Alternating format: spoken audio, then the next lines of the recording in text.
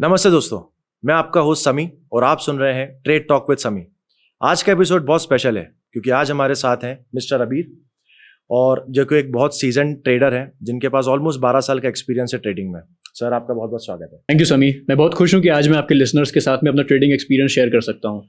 आज मार्केट काफ़ी ज़्यादा एडवांस हो गया है जिसकी वजह से प्रॉपर गाइडेंस की ज़रूरत है। सर आप अपने ट्रेडिंग एक्सपीरियंस के बारे में बताएं कि आप कैसे आए इसमें। That's an interesting question. मैंने 8 साल पहले ट्रेडिंग स्टार्ट की थी, लेकिन तब मार्केट उतना ज़्यादा एक्सेसिबल नहीं था जितना कि आज है। मार्केट ट्रेड ने ट्रेडिंग को बहुत ज़्यादा रेवोल्यूशनरी बना दिया है। फॉर एग्जाम्पल, अब आप सिर्फ 1 मिनट के अंदर अकाउंट भी ओपन कर सकते हैं, डिपॉजिट भी कर सकते हैं, इवन लोएस्ट ब्रोकरेज के साथ में ट्रेडिंग स्टार्ट भी कर सकते हैं। That's interesting. ट्रेडिंग में ब्रोकरेज कितना मैटर करता है? देखिए, ब्रोकरेज ट्रेडिंग प्रॉफिट्स को डायरेक्टली अफेक्ट करता है। जैसे कि रेगुलर ट्रेडिंग पे अगर कम ब्रोकरेज है या जीरो टैक्स लाइबिलिटी है तो उसकी जो ईयरली सेविंग्स हैं वो सिग्निफिकेंट हो जाती हैं, और ये कॉम्बिनेशन जो है वो मार्केट में बहुत रेयर होता है। मतलब मेक सेंस। तो लेवरेज के बारे में क्या कहना चाहेंगे? देखिए, लेवरेज जो है वो ट्रेडिंग का गेम चेंजर बन जाता है अगर सही प्लेटफॉर्म हो तो। 500x तक का लेवरेज मिलना हाईएस्ट माना जाता है। मान लीजिए अगर मेरे पास 10,000 रुपये हैं तो मैं उनसे क्या कर सकता हूँ? आप 50 लाख तक का एक्सपोजर पा सकते हैं, लेकिन उसमें रिस्क मैनेजमेंट बहुत इंपॉर्टेंट है, इसलिए 24/7 सपोर्ट होना ज़रूरी होता है। तो मतलब रिस्क तो लेना पड़ेगा। हम एनएससी और एफओ के बारे में थोड़ी सी बात करते हैं, तो बताइए इसके बारे में कुछ। एनएससी और एफओ के अंदर सक्सेस का सीक्रेट है सही प्लेटफॉर्म का सिलेक्शन। और मतलब ट्रेडिंग के लिए क्या क्रूशियल होता है, एक ये कि हमें रियल टाइम डेटा मिले, इंस्टेंट एग्जीक्यूशन हो और ब्रोकरेज वगैरह कम हो। हाँ, नए ट्रेडर्स के लिए एनी सजेशंस? नए ट्रेडर्स के लिए मेरे पास 3 सजेशन है। First of all, join educational communities. Secondly, use proper leverage. और तीसरा ये है कि जो 24/7 का जो सपोर्ट है उसको यूज़ करो, यूटिलाइज करें उसका बेस्ट। That's nice. ऑप्शंस के बारे में? वेल, ऑप्शंस कॉम्प्लेक्स ज़रूर होते हैं, लेकिन अगर मार्केट ट्रेड जैसा प्लेटफॉर्म है तो उससे चीज़ें काफ़ी ज़्यादा सिंप्लीफाइड हो जाती हैं। जैसे बिल्ट इन एनालिटिक्स टूल्स होते हैं, जैसे कि ग्रीक्स एनालिसिस हो गया या चेन एनालिसिस हो गया, तो आप उस पर वो सब कुछ कर सकते हो। और अगर इंस्टेंट विड्रॉल है, इंस्टेंट डिपॉजिट है, तो उससे ना कभी भी कोई अपॉर्चुनिटी मिस नहीं हो। मतलब सब चीज़ें सिंप्लीफाइड, जैसा आपने बोला, सिंप्लीफाइड हो जाता है, ईजी हो जाता है, लेकिन अपॉर्चुनिटी मिस नहीं होनी चाहिए। That's very important. मान लीजिए कि मैं एक नया ट्रेडर हूँ और एमसीएक्स ट्रेडिंग के बारे में जानना चाहता हूँ, तो आप मुझे क्या राय देंगे? अगर आप नए ट्रेडर हैं तो आपको ये पता होना ज़रूरी है कि एमसीएक्स ट्रेडिंग के अंदर जो लैंडस्केप है वो कम्प्लीटली अब ट्रांसफॉर्म हो चुका है, चेंज हो गया। अगर रेगुलर गोल्ड ट्रेडिंग की बात करें तो उसमें रियल टाइम इंटरनेशनल डेटा मिलना बहुत ज़्यादा क्रूशल होता है। जीरो टैक्स बेनिफिट बहुत मैटर करता है क्योंकि मार्जिन ऑलरेडी बहुत टाइट होता है। एग्जैक्टली। और हाई लेवरेज से आप स्मॉल मूवमेंट्स का ही बेनिफिट उठा सकते हैं। मतलब कहीं ना कहीं आपका लेवरेज और आपके actions at the end matter करते ही हैं। एग्जैक्टली। और इसी में अगर मैं क्रूड ऑयल को ऐड कर दूं फिर उसके अंदर रिस्क मैनेजमेंट बहुत ज़्यादा क्रूशल हो जाएगा। अगर जैसे हम मार्केट ट्रेड के प्लेटफॉर्म की बात करें तो उसके अंदर ऐसे इंटीग्रेटेड पोर्टफोलियो मैनेजमेंट टूल्स हैं जिससे कि आप अपना जो एक्सपोजर है उसको रियल टाइम में ट्रैक कर सकते हो या मल्टीपल ऑर्डर्स सेट कर सकते हो, और उसमें गाइडेंस तो अवेलेबल होती है। मतलब मैं इंस्टेंटली रजिस्टर करने के साथ ही स्टार्ट कर सकता हूँ? हाँ, आप इंस्टेंटली स्टार्ट कर सकते हैं ट्रेडिंग।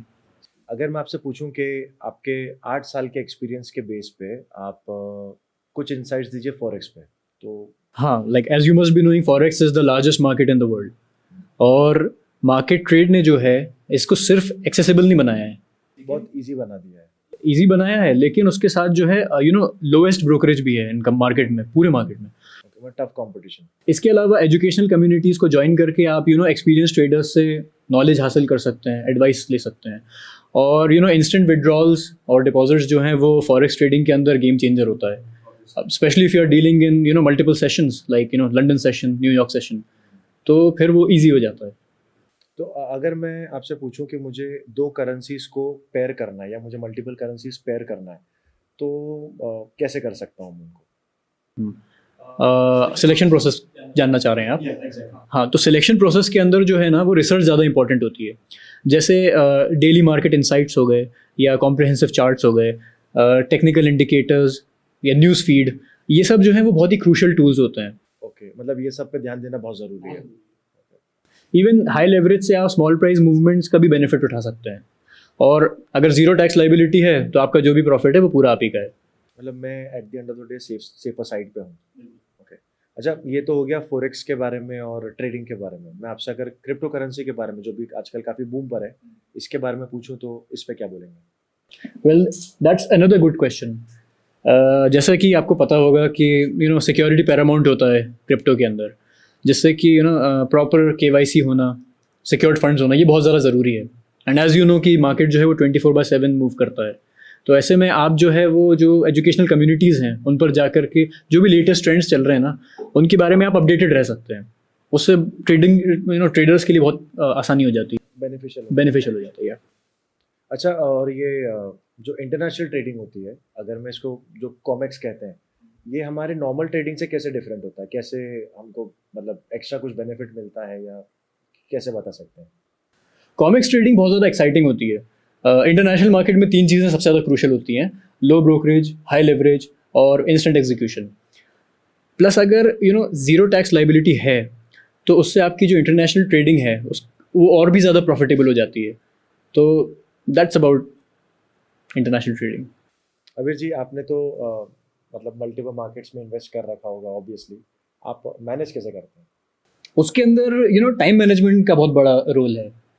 मार्केट रेट के ऊपर आप NSE, MCX, फॉरेक्स, क्रिप्टो और कॉमेक्स सब एक ही जगह पर ट्रेड कर सकते हैं। It's a one stop solution. या और portfolio management tools make it easier for tracking and 24/7 support helps you managing. मतलब ओवरऑल हमको जो चाहिए वो सब हमको इस ऐप के ऊपर डायरेक्ट मिल जाता है। एग्जैक्टली। व्यूवर्स सोच रहे होंगे कि हम बार बार ये रिस्क मैनेजमेंट टर्म ले रहे हैं, तो आप कुछ बता सकते हैं कि रिस्क मैनेजमेंट, अगर मैं एक नए ट्रेडर के व्यू पॉइंट से समझना की कोशिश करूं तो ये है क्या? रिस्क मैनेजमेंट क्या है एग्जैक्टली? रिस्क मैनेजमेंट के अंदर प्लेटफॉर्म सिलेक्शन बहुत ज़्यादा क्रूशल होता है। Built in risk management tool से आप प्रॉपर स्टॉप लॉसेस सेट कर सकते हैं, पोजीशन साइजिंग कर सकते हैं, लेवरेज कंट्रोल कर सकते हैं। Even there is dedicated workshop for risk management strategies जो आपको रिस्क मैनेज करना सिखाती हैं। मतलब जैसे कि मैं इंस्टेंट मेरा रजिस्ट्रेशन होता है, उसके बाद मैं सारे फीचर्स को एक्सेस कर सकता हूँ और मेरा प्रॉफिट्स बढ़ा सकता हूँ। अच्छा, एक टर्म होता है साइकोलॉजी। हर चीज़ के अंदर किसी भी टॉपिक में हम अगर जाते हैं तो वहाँ पे हमको उस टॉपिक के लिए एक साइकोलॉजी मेंटेन करना पड़ती है। ट्रेडिंग में क्या साइकोलॉजी मेंटेन करने की ज़रूरत है? ये बहुत अच्छा पॉइंट उठाया आपने, बिकॉज जैसे लाइफ में साइकोलॉजी बहुत इंपॉर्टेंट है, उसी तरह ट्रेडिंग का भी एक ये बहुत इंपॉर्टेंट एस्पेक्ट है। एक ट्रेडर जो है रेगुलर वेबिनार्स अटेंड करके, एजुकेशनल कंटेंट देख करके और कम्युनिटी सपोर्ट से अपने आप को साइकोलॉजिकली स्ट्रांग बना सकता है। और बाकी 24/7 सपोर्ट की वजह से गाइडेंस तो रहती ही है पूरे टाइम। तो इसमें बहुत ज़्यादा डरने की ज़रूरत नहीं है, because everything is quite manageable.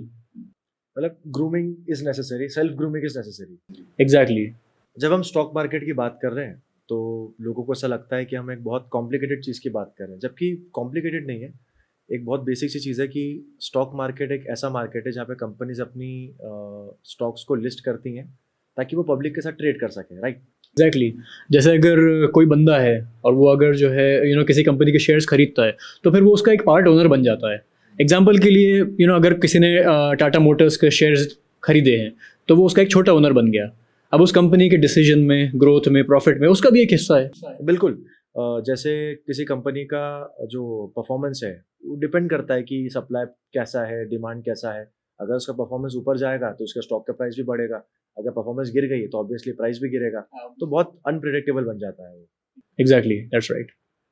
एक चीज़ जो हमको समझनी चाहिए वो है मार्केट का स्ट्रक्चर। शेयर मार्केट को हम इजीली 2 पार्ट्स में डिवाइड कर सकते हैं, प्राइमरी मार्केट और सेकेंडरी मार्केट।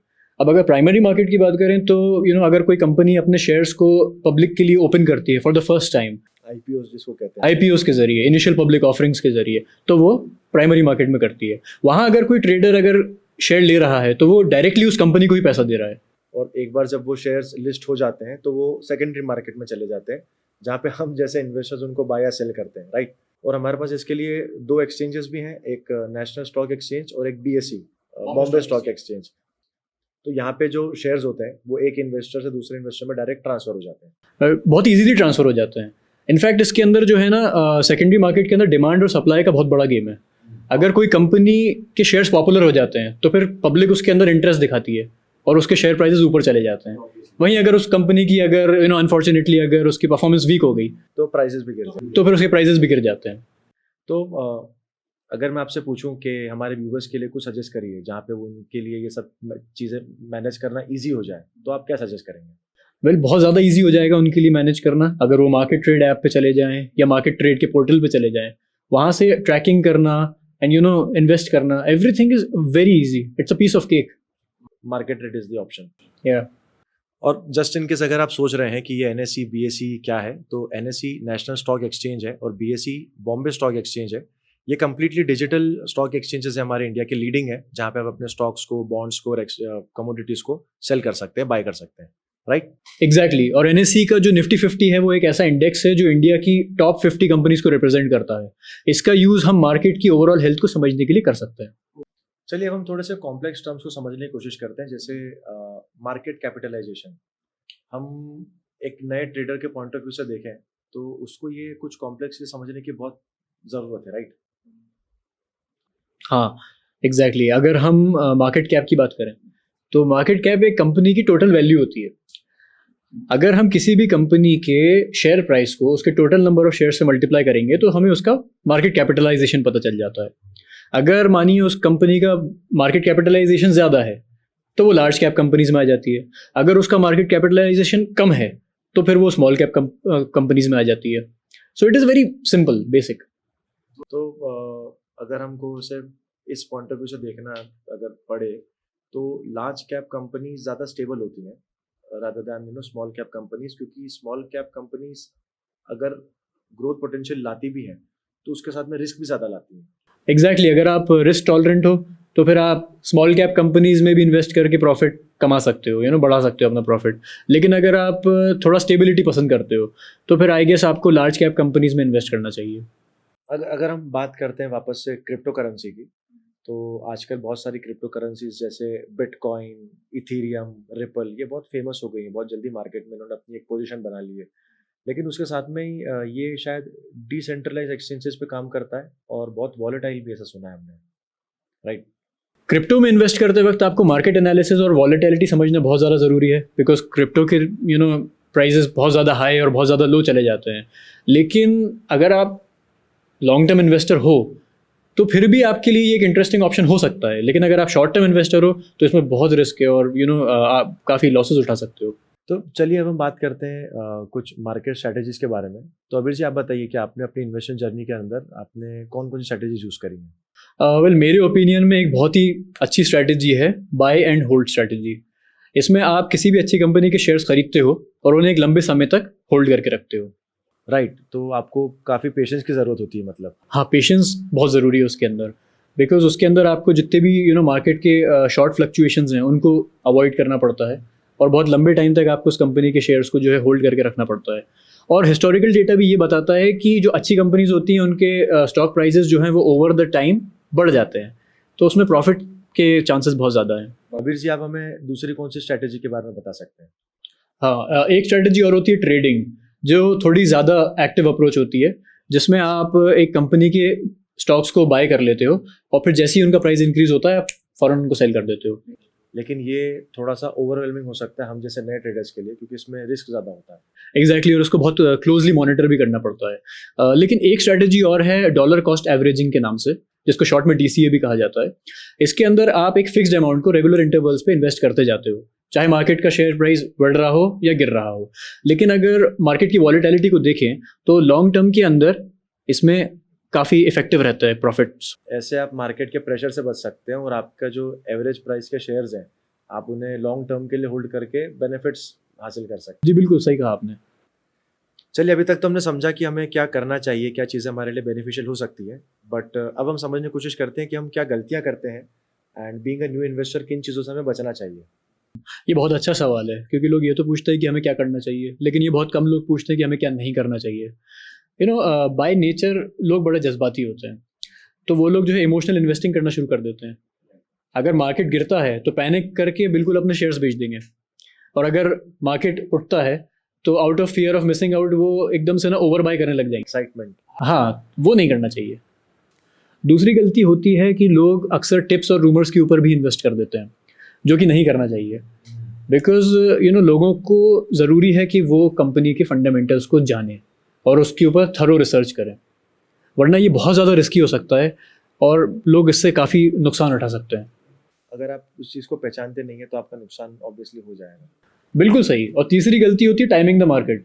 अक्सर लोग सोचते हैं कि हम मार्केट के टॉप या बॉटम पे बाय या सेल करें, लेकिन ये काफ़ी मुश्किल है, और क्योंकि मार्केट को कोई प्रिडिक्ट नहीं कर सकता है ना, तो हमको चाहिए कि हम अपने लॉन्ग टर्म गोल्स के ऊपर ही फोकस करें। तो बेसिकली हमें अपने इमोशंस पे बहुत कंट्रोल रखना है, जज्बाती होकर कोई काम नहीं करना, वरना हम नुकसान झेल सकते हैं। एग्जैक्टली। तो अभी आज हमने ट्रेडिंग को लेके बहुत सारे बेसिक्स और बहुत सारे एडवांस स्ट्रेटजीज को समझा, बहुत कुछ कवर किया। हमारे व्यूवर्स के लिए आपके पास कुछ लास्ट मिनट टिप्स हैं? हाँ जी बिल्कुल। सबसे पहले तो ये है कि स्टार्ट अर्ली, बिकॉज जितना जल्दी आप इन्वेस्ट करेंगे उतना ज़्यादा आपको कंपाउंडिंग का फ़ायदा मिलेगा। दूसरा ये है कि do your research, because company के फाइनेंशियल्स को जानना, मार्केट ट्रेंड्स को समझना और ओवरऑल सेक्टर की नॉलेज होना बहुत ज़्यादा ज़रूरी है। तीसरा ये है कि स्टे पेशेंट, बिकॉज डिसिप्लिन और पेशेंस जो है वही गेम है। और हाँ, एक चीज़ और है कि डाइवर्सिफाई, अपने पोर्टफोलियो का आप जितना ज़्यादा डाइवर्स रखोगे उतना आपको फ़ायदा होगा। क्योंकि मान लो अगर आपको किसी स्टॉक से नुकसान होता है तो आप किसी और स्टॉक के बदले हाँ उससे आप अपने लॉस को बैलेंस कर सकते हैं।